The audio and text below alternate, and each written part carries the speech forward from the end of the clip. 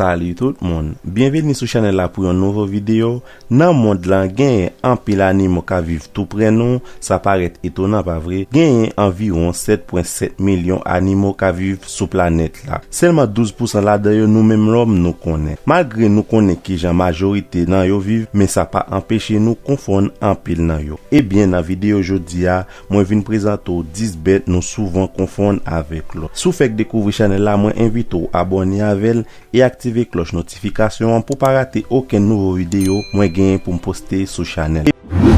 Numéro 1, lapin versus lièvre. Lapin avec lièvre yo sorti dans même famille. Ça pas étonnant, c'est une créature nous plus confondre. Mais si nous regardons bien, nous ka fait différence là bien facile.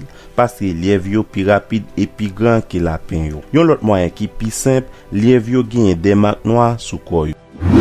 Numéro 2, phalène versus papillon. Pour nous connaître créatif ça yo qui devant nous bien, c'est fait attention avec antenne. Pour qu'a fait différence des bêtes ça bien, pour phalène nan, les li reposer, zèl li plié sous dos. Ces bêtes ça nous souvent ouais dans lumière yo les soir. Pourtant pour papillon yo, les li reposer, zèl li plié vertical.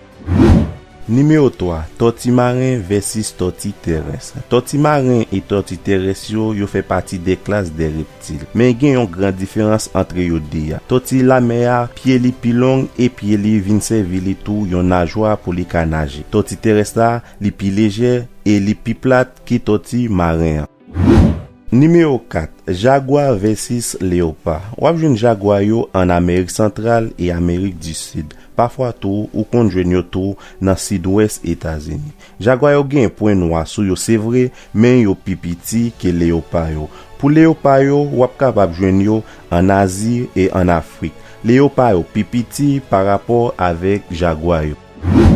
Numéro 5, crocodile versus alligator. C'est des bêtes qui sont dans une famille différente. Crocodile souvent vivent dans des régions qui fait chaud en pile. Pour faire différence là, c'est très simple. Parce que tête crocodile plus fin et puis plus pointu que alligator yo. Et les crocodiles la fait même bouche li, gagne des dents en l'air yo qui rete de yo.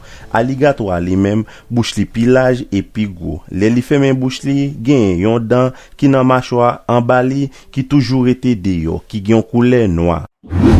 Numéro 6, les hamsters versus cochon dingue. Si ou pas qu'on habitué ouais bête ça yo, ou pas ka faire différence déranger ça yo bien. Façon capable faire différence yo, c'est dans grosseur yo. Parce que cochon dingue n'a plus gros et plus grand que hamster yo.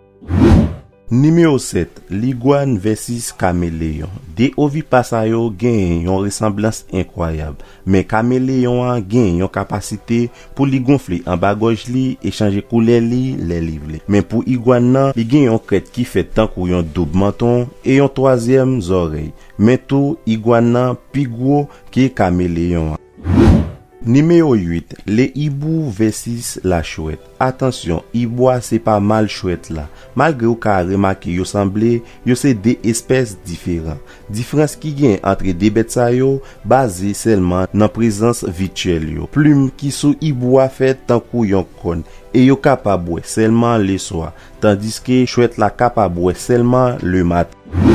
Numéro 9, la grenouille versus le crapaud. Tout deux fait partie des classes des amphibiens, qui plus connus sous nom batracien. Premier bagay qui différencie grenouille et crapaud yo, c'est couleur peau yo. Pour crapaud a lisse et dur, mais pour grenouille la, gen yon forme de petits graines sou yo. Maintenant mode de vie yo, li vraiment différent parce que grenouille yo c'est aquatique, tandis que crapaud yo terrestre et yo gen yon poison sou yo par rapport avec crapaud yo.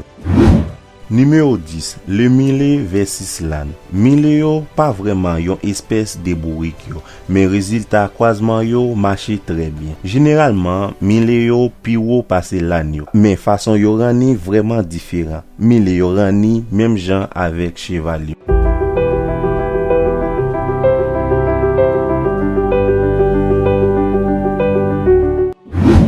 Mwen espere ou sot apren an pil nan video jodi a ki te pale sou 10 bet nou souvan konfon, rete selman pou bay avi pou nan espas komante a pou dim ki bet ou pat ka fe diferansyo rapide. Pou mwen menm se toujou yon plezi pou mwen te pote video sa pou ou. Mersi akou menm ki te gade video a jiska la fin, konen ou tre spesyal pou chanel la, bay video a yon like sou te apresi idea. Kanta pou mwen menm wap tandem nan yon lot video sou menm chanel sa ki se Infostar. Aïe!